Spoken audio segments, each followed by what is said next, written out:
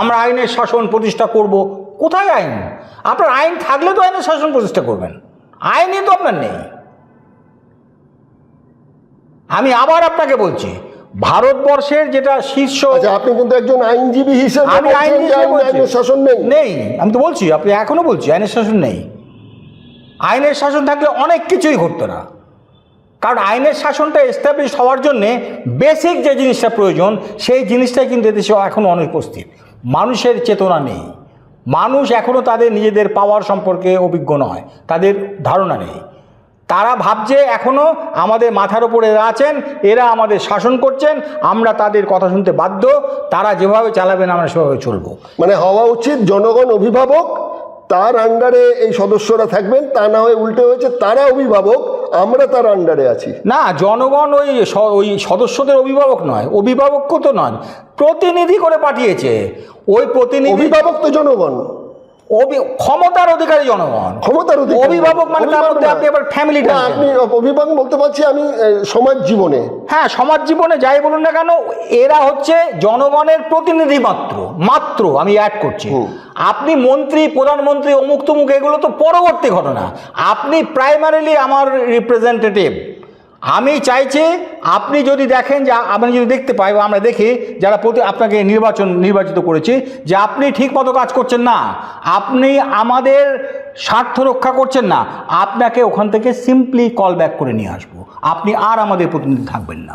অর্থাৎ আপনি তখন আর এমএলএও নন, এমপিও নন, এই জিনিসটা অটোমেটিক্যালি ঘটবে। তাহলে এটা যদি হতো তাহলে তো দিল্লির যন্তর মন্তরে 36 দিন পদত্যাগের দাবি নিয়ে এই অবস্থা হতো না, প্রয়োজনই হতো না, প্রয়োজন থাকতো না। তো সেইখানে আপনি আইনের শাসনের কথাটা বলবেন, তখন যে আইন জনগণ তৈরি করে দেবে সেইটা হবে আইন। জনগণ তো এদেশের আইন তৈরি করেনি, এখনো পর্যন্ত আপনারা বুঝে উঠতে পারছেন না। জনগণ এই দেশের আইনটা কবে তৈরি করলো? কনস্টিটিউশন অফ ইন্ডিয়া বলে যাকে বলছেন, সেটা কি জনগণ তৈরি করেছিল? কে করেছিল? Constituent assembly, right? Constituent assembly, বিশেষজ্ঞ না কথাটা নয়, কথাটা হচ্ছে কনস্টিটিউয়েন্ট অ্যাসেম্বলি বানিয়েছিল এই কনস্টিটিউশন। এবারে বলতো কনস্টিটিউয়েন্ট অ্যাসেম্বলির এই কনস্টিটিউশন তৈরি করবার যে ক্ষমতা, এই ক্ষমতাটা অফিসিয়ালি বা লিগ্যালি কার কাছ থেকে তারা পেয়েছিল? এই উত্তর আমাকে দিত। আপনার যে রিলিফ পাওয়ার কথা ছিল আমি দিলাম না আপনাকে, তাহলে এইভাবে কত কোটি লোক ক্ষতিগ্রস্ত হচ্ছে ভেবে দেখুন। 30% জাজেস আর করাপ্ট, এইটা বলেছেন তিনি একজন senior advocate of supreme court of India, অত্যন্ত মানে রেপুটেড পার্সন, তার কাছে নিশ্চয়ই এই তথ্য আছে। হ্যাঁ, তাহলে জাজরাই যেখানে করাপ্ট, সেখানে আপনি কাদের নিয়ে কি বলছেন? আপনি এইভাবে মানুষকে অপমান করতে পারেন না। তারা কিন্তু ককরোচ নয়, তারা কিন্তু মানুষ। ওইখানে যন্তর মন্তরে কতগুলো ককরোচ, ছাগল গিয়ে ওই আপনার ওই আন্দোলনে যোগ দেয়নি, তারা ভারতের নাগরিক ছিল, ঠিক কি না? এখনও তার নাগরিকই তো। ভারতের নাগরিক কি করতে পারে দেখতে পাচ্ছেন তো? পারে ভারতের নাগরিক ওই করে আপনি বাধ্য, ওরা এই একজন মন্ত্রীকে পদত্যাগ করতে বাধ্য করেছেন বলে একটা বিরাট কিছু করছেন, আমি তো সেটা দেখবো না। আমি দেখছি যে তিনি পদত্যাগ করাটা এনাফ নয়, তার এগেনস্টে তো তদন্ত হবে। Disclaimer. The information provided by the speaker, presenter on the IDOC platform is for general informational purposes only. All information is provided in good faith. However, we make no representation or warranty of any kind, express or implied, regarding the accuracy, adequacy, validity, reliability, availability or completeness of this information. নমস্কার, সুজিত চট্টোপাধ্যায়, দিগদর্শন। আজকের এই দিগদর্শন অনুষ্ঠানে একটি বিষয় নিয়ে আলোচনা করব আপনাদের সঙ্গে। আমার সঙ্গে আলোচনায় থাকছেন একজন বিজ্ঞানী এবং আইনজ্ঞ ডক্টর সুবোধ চন্দ্র রয়, কলকাতারই অধিবাসী। ওর সঙ্গে আমার প্রায়শই নানান বিষয় নিয়ে কথাবার্তা হয়। আমার মনে হলো এই কথাবার্তা আড্ডাটা একটু আপনাদের জন্য একটু তুলে ধরি, তাই জন্য বারবার ওনার কাছে আসি যখনই কিছু প্রশ্ন মনে জাগে। আজকে আপনাদের সঙ্গে যে বিষয়টা নিয়ে কথা বলতে এসেছি সেটা হলো, আপনারা শুনেছেন আরশোলার উপদ্রব হচ্ছিল দিল্লিতে,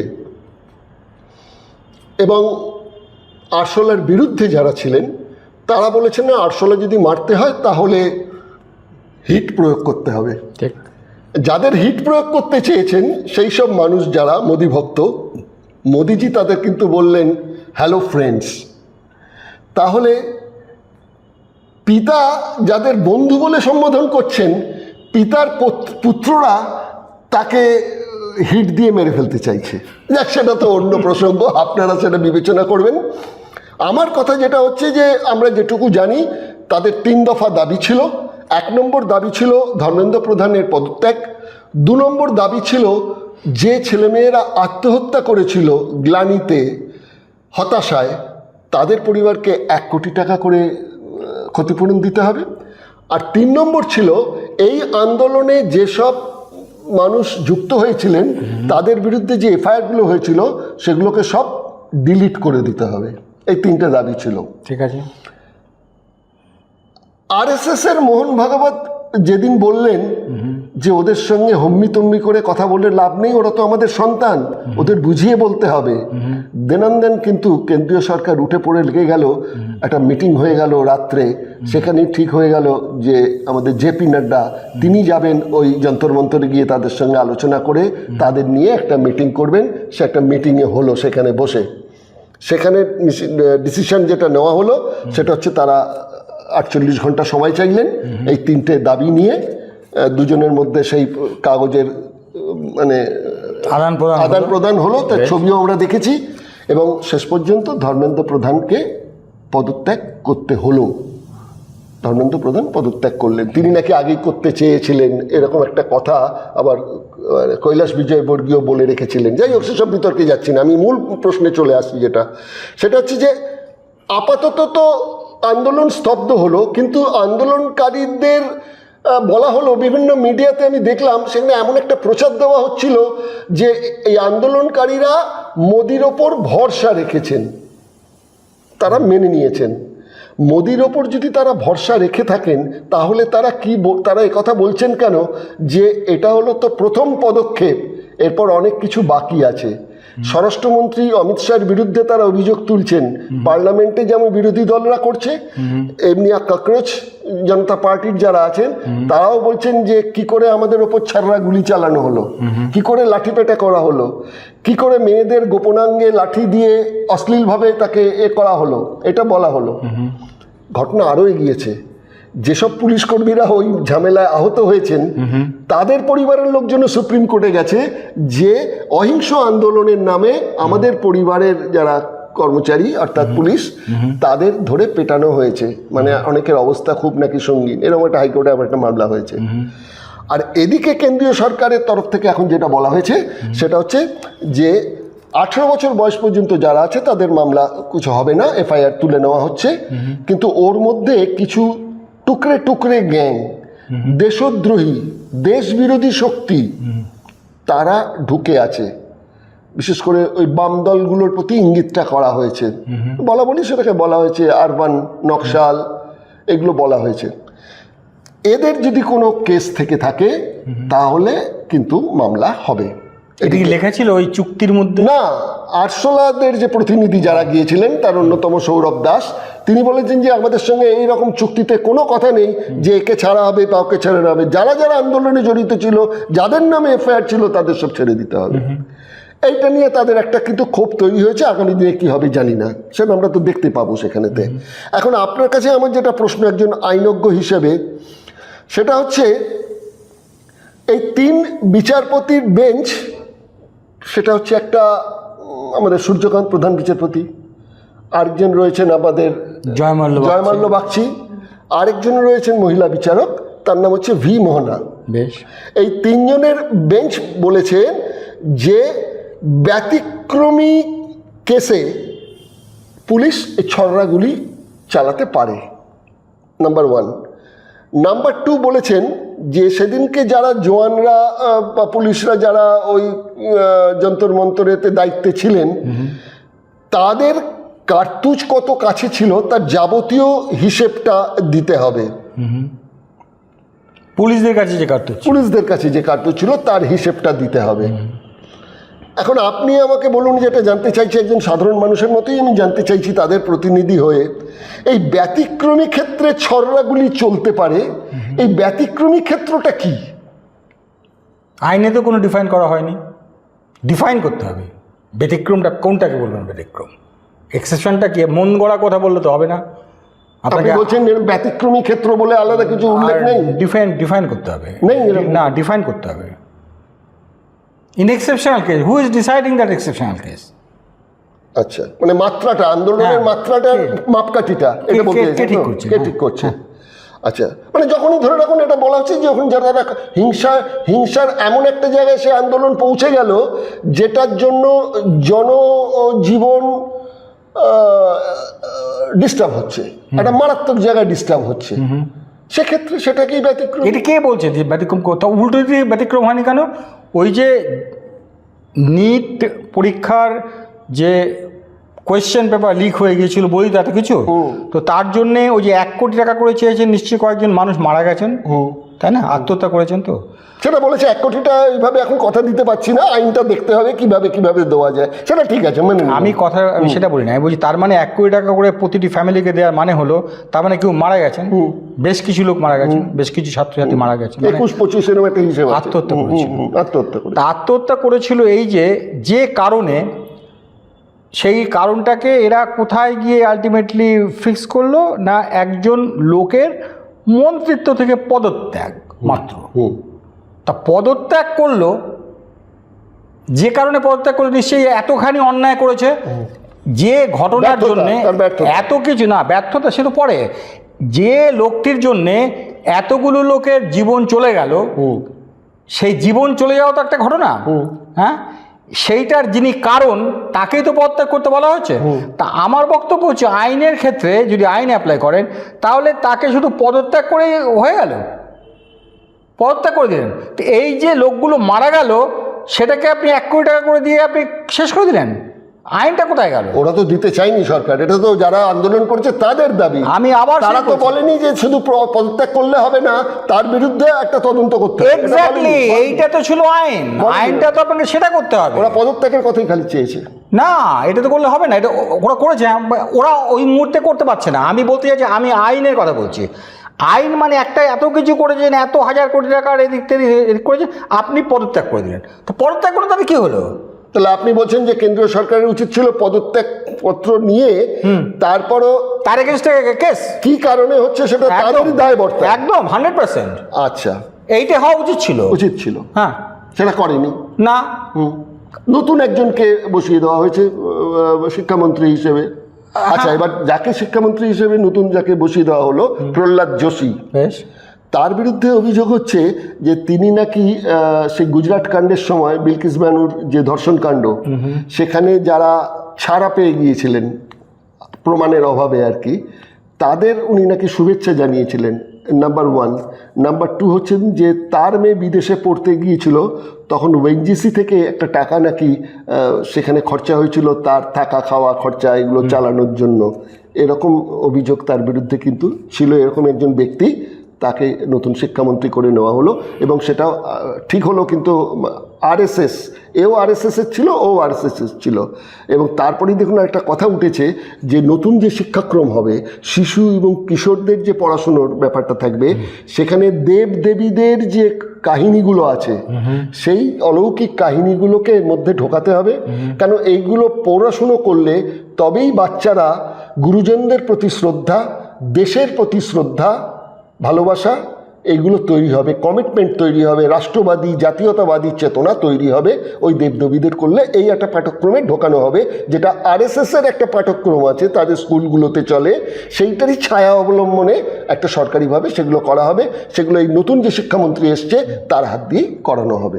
এটা তো ঠিক আছে, এটা আমি একটা অন্য প্রসঙ্গ, এটা নিয়ে আলোচনা একটু আলাদা। তবে এই যে আপনি বললেন তার বিরুদ্ধে এইসব অভিযোগ আছে, তাহলে অভিযোগ মানে যা রটে তার কিছু তো বটে বলে এটা বলা হয় না?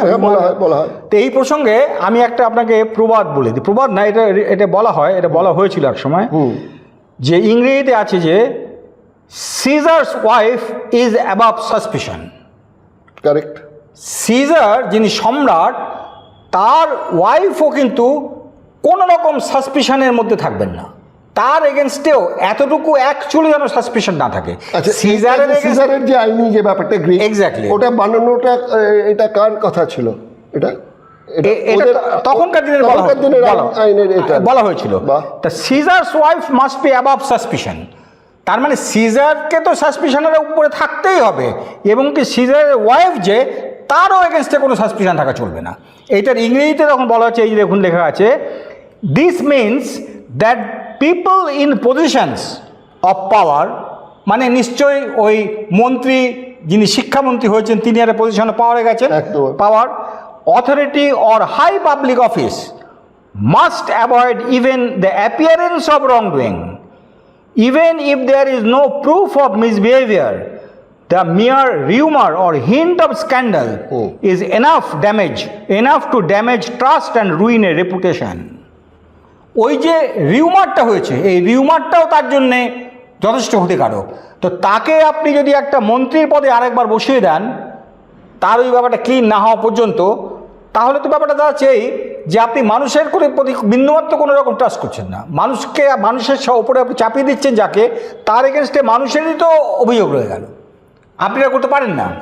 আর একটা বলছেন যে ধর্মেন্দ্র প্রধানের বিরুদ্ধে তার দপ্তরের যেগুলো হচ্ছে, বলছেন না অন্তত কয়েকজনকে জেলে পোড়া হয়েছে, যারা যারা এর মধ্যে দায়ী। এই পুরো জিনিসটা একটাই বলছে যে আইন বলে কিছু এদেশে নেই, সোজা কথা। এগুলো কোনো রুল অফ ল এর মধ্যে পড়েই না, রুল অফ ল নয় এগুলো। আমি ভাবলাম করলাম অ্যাবসলিউটলি। এটা আমি তো বলবো যে এটা পরিষ্কার বলে দিতে বাবা যে আমরা এখানে ডিক্টেটরশিপ চালাচ্ছি, তা আমি মেনে নেবো। কিন্তু কারণ আমার কিছু করার নেই, কারণ আমি যদি কিছু উল্টো বলি তার গুলি করে মেরে দেবে, বাবাকে জেলে পুরে দেবে গেস্টাপো, তা বেটার হচ্ছে তাই। এবার একটা মারাত্মক কথা বলি।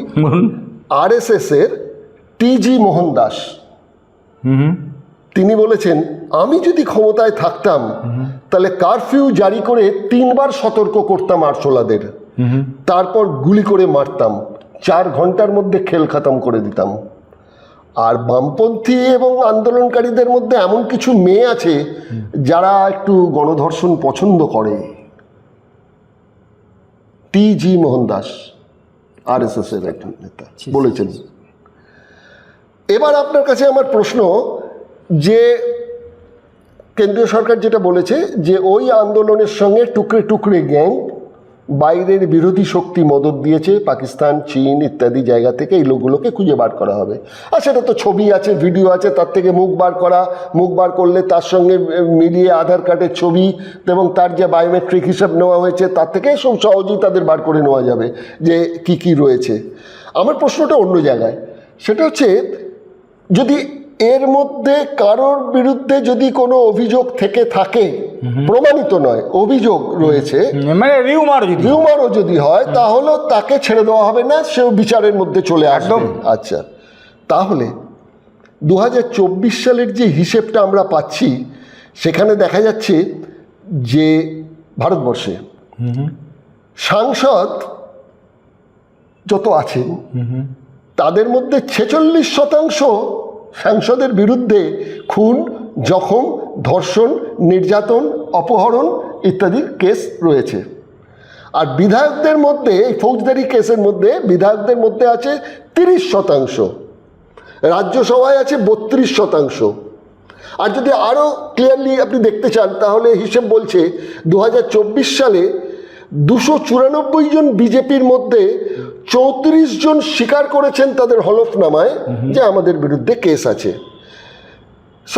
কংগ্রেসের 99 জন মধ্যে 49 জন, সমাজবাদী পার্টির 37 জনের মধ্যে 21 জন, ডিএমকের 22 জনের মধ্যে 13 জন, টিডিপির 16 জনের মধ্যে 8 জন, টিএমসির 29-এর মধ্যে 13 জন, আর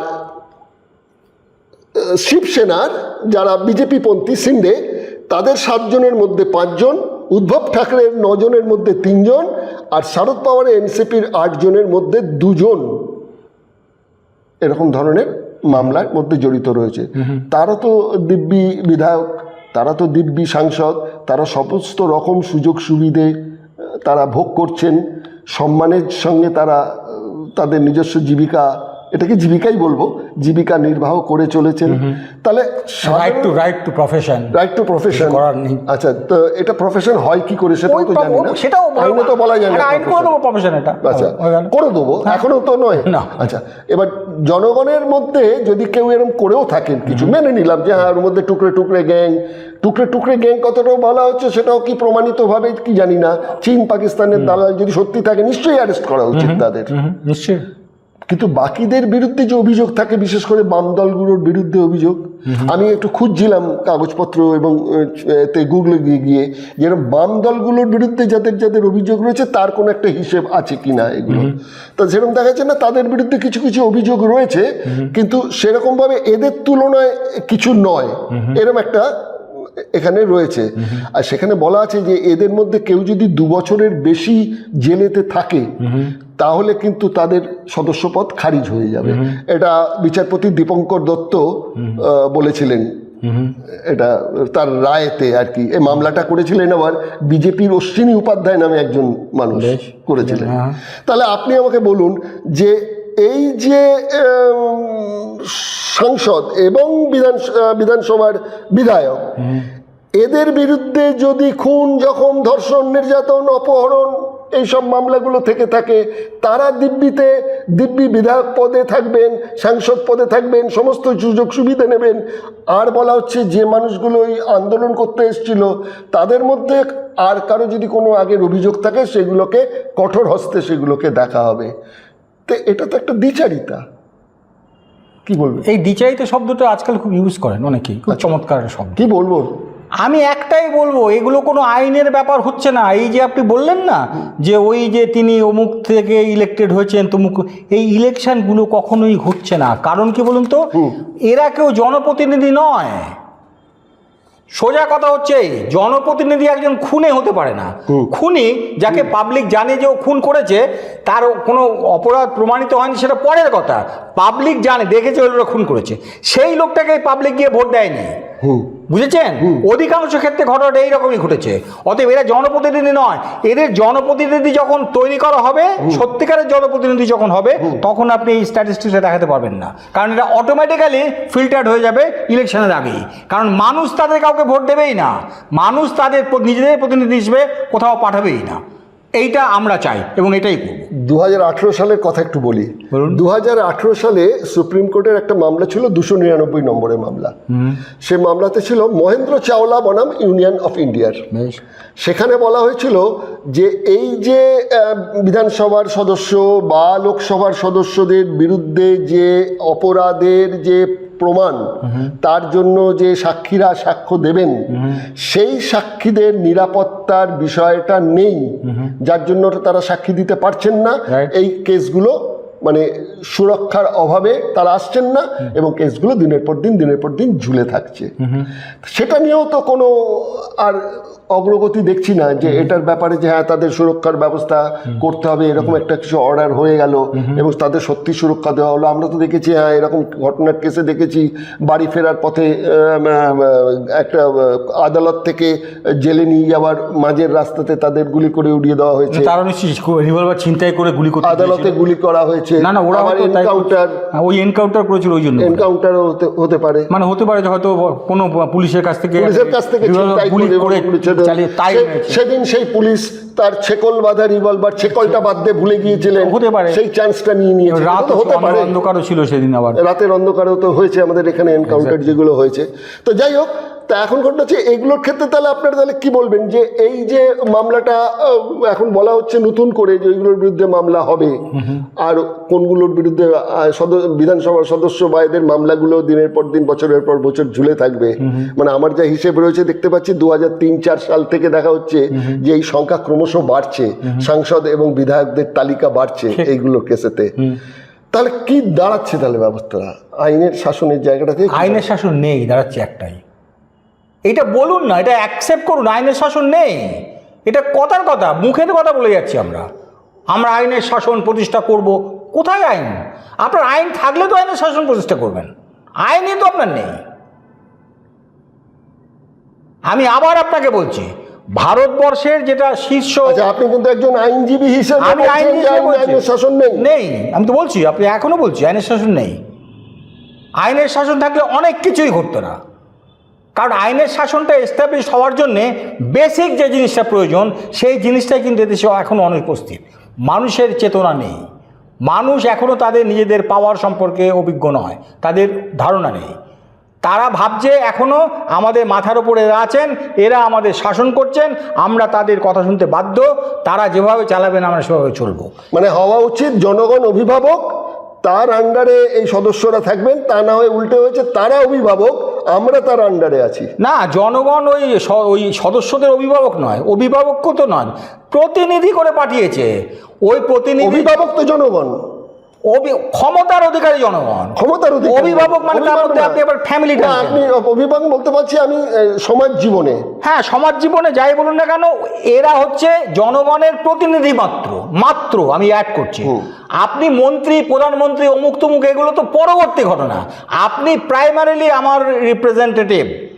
আমি চাইছি আপনি যদি দেখেন, যে আপনি যদি দেখতে পাই বা আমরা দেখি যারা আপনাকে নির্বাচিত করেছি, যে আপনি ঠিক মতো কাজ করছেন না, আপনি আমাদের স্বার্থ রক্ষা করছেন না, আপনাকে ওখান থেকে সিম্পলি কল ব্যাক করে নিয়ে আসবো, আপনি আর আমাদের প্রতিনিধি থাকবেন না। অর্থাৎ আপনি তখন আর এমএলএও নন, এমপিও নন, এই জিনিসটা অটোমেটিক্যালি ঘটবে। তাহলে এটা যদি হতো তাহলে তো দিল্লির যন্তর মন্তরে 36 দিন পদত্যাগের দাবি নিয়ে এই অবস্থা হতো না, কোনো প্রয়োজনই হতো না, প্রয়োজন থাকতো না তো। সেইখানে আপনি আইনের শাসনের কথাটা বলবেন, তখন যে আইন জনগণ তৈরি করে দেবে সেইটা হবে আইন। জনগণ তো এদেশের আইন তৈরি করেনি, এখনো পর্যন্ত আপনারা বুঝে উঠতে পারছেন না। জনগণ এই দেশের আইনটা কবে তৈরি করলো? কনস্টিটিউশন অফ ইন্ডিয়া বলে যাকে বলছেন, সেটা কি জনগণ তৈরি করেছিল? কে করেছিল? Constituent assembly, right? Constituent assembly বিশেষজ্ঞ কিনা কথাটা নয়, কথাটা হচ্ছে কনস্টিটিউয়েন্ট অ্যাসেম্বলি বানিয়েছিল এই কনস্টিটিউশন। এবার বলতো কনস্টিটিউয়েন্ট অ্যাসেম্বলির এই কনস্টিটিউশন তৈরি করবার যে ক্ষমতা, এই ক্ষমতাটা অফিসিয়ালি বা লিগ্যালি কার কাছ থেকে তারা পেয়েছিল? এই উত্তর আমাকে দিত। তারা আবার কার কাছ থেকে পাবে? তার দেশ, তাদের তো বানিয়েছিল ব্রিটিশ গভর্নমেন্ট, 1946-এ ইলেক্টেড হয়েছিল, তো তার সব ব্রিটিশ আইন, তার সঙ্গে এই দেশের কথা ভুলে যান, দেশ তখন ছিলই না। এবারে ওই যে কনস্টিটিউয়েন্ট অ্যাসেম্বলি, তারা কি একটা স্বাধীন সার্বভৌম দেশের সংবিধান তৈরি করার ক্ষমতা পেয়েছিল? ব্রিটিশ পার্লামেন্ট ক্ষমতা দিয়েছিল একটি ডোমিনিয়ন যার নাম ছিল ইন্ডিয়া। আমি ইন্ডিয়ার কথাই বলি, ইন্ডিয়া নামক ডোমিনিয়নটির সংবিধান তৈরি করার, ইন্ডিয়া নামক ডোমিনিয়নের সংবিধান।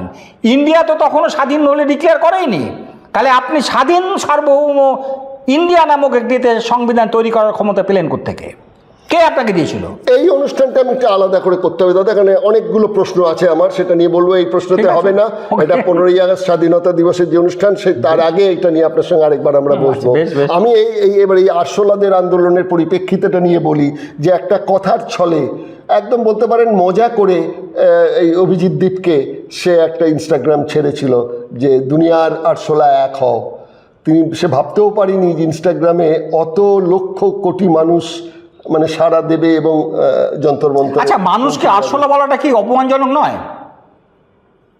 না, supreme court, chief justice of India কি করে এটা বললেন? না, তিনি তো বলেছেন, কি বলেছেন? যে আমি তো তাদের বলিনি, আমি বলেছি যে দিল্লি এবং দিল্লির যতগুলো কোর্ট আছে, সুপ্রিম কোর্ট সহ অন্যান্য যত কোর্ট আছে, সেই কোর্টে কিছু ভেজাল আপনার উকিল আছে, মানে যাদের অফিসিয়াল পেপারস নয়, তারা জালি পেপার দিয়ে, এরকম জালি লয়ার রয়েছে অনেক, আমি জানি তারা।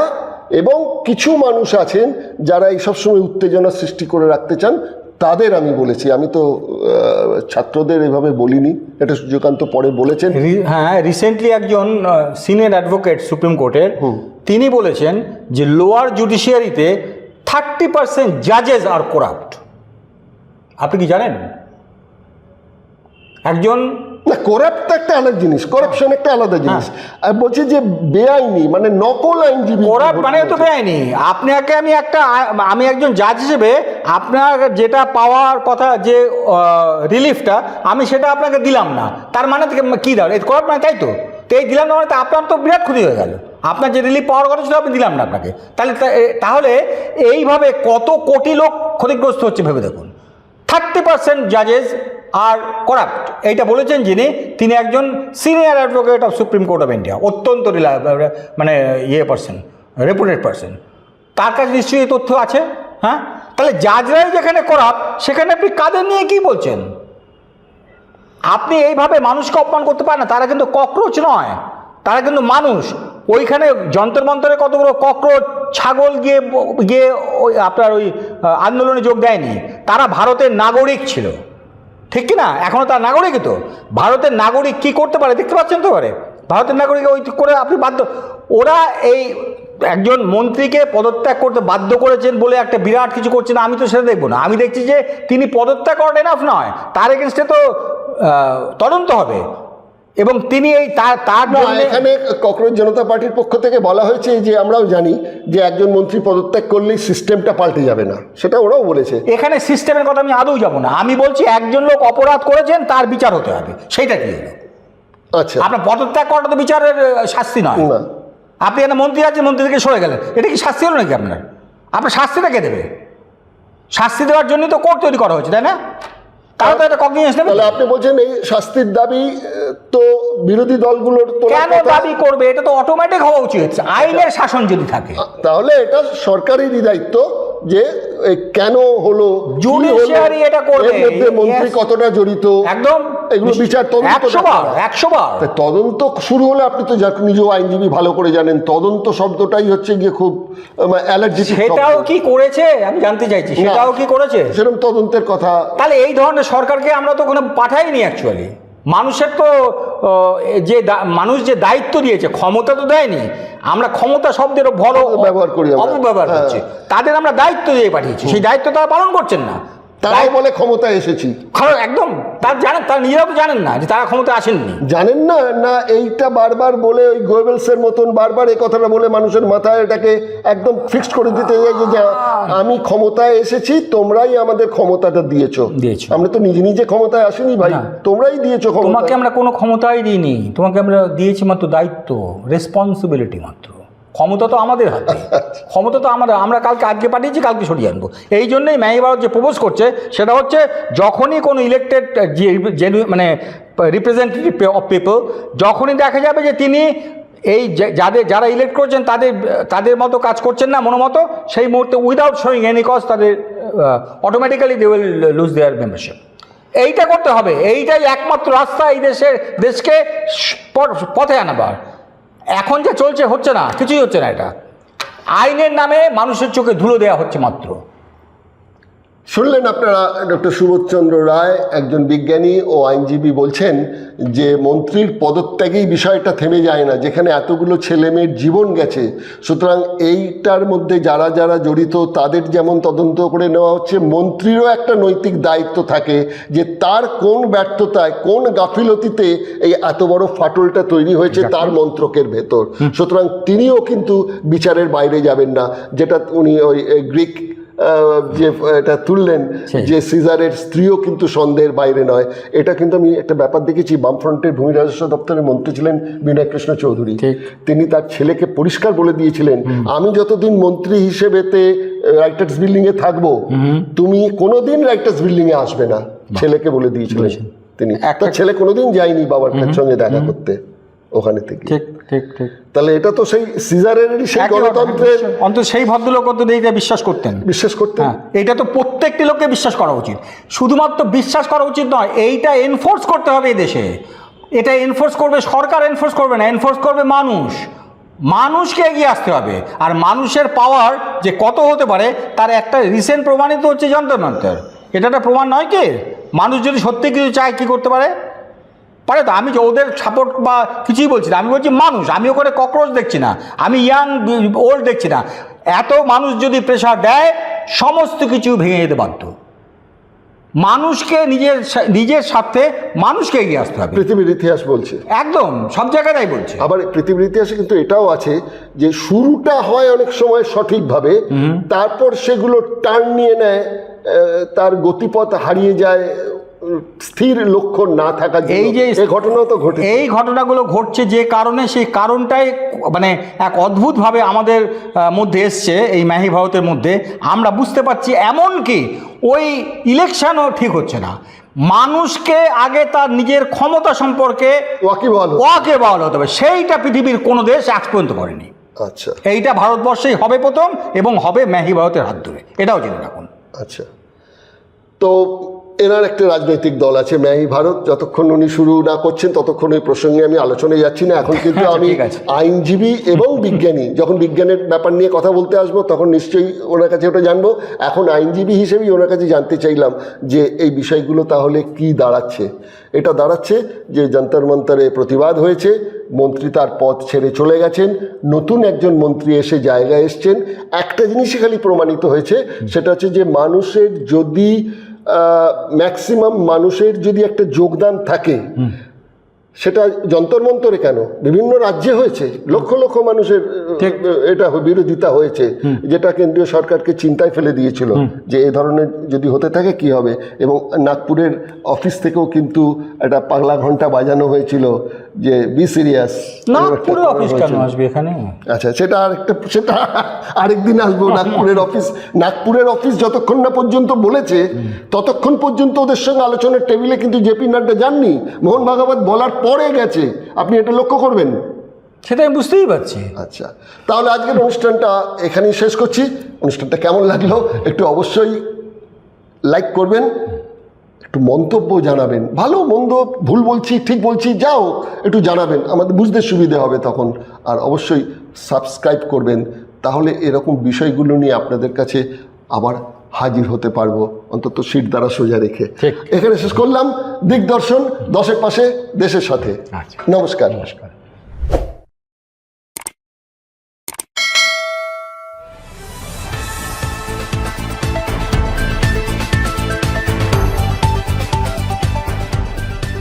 রংহীন সংবাদ আর অজানা তথ্যের জন্য দেখুন দিগদর্শন, দশের পাশে, দেশের সাথে।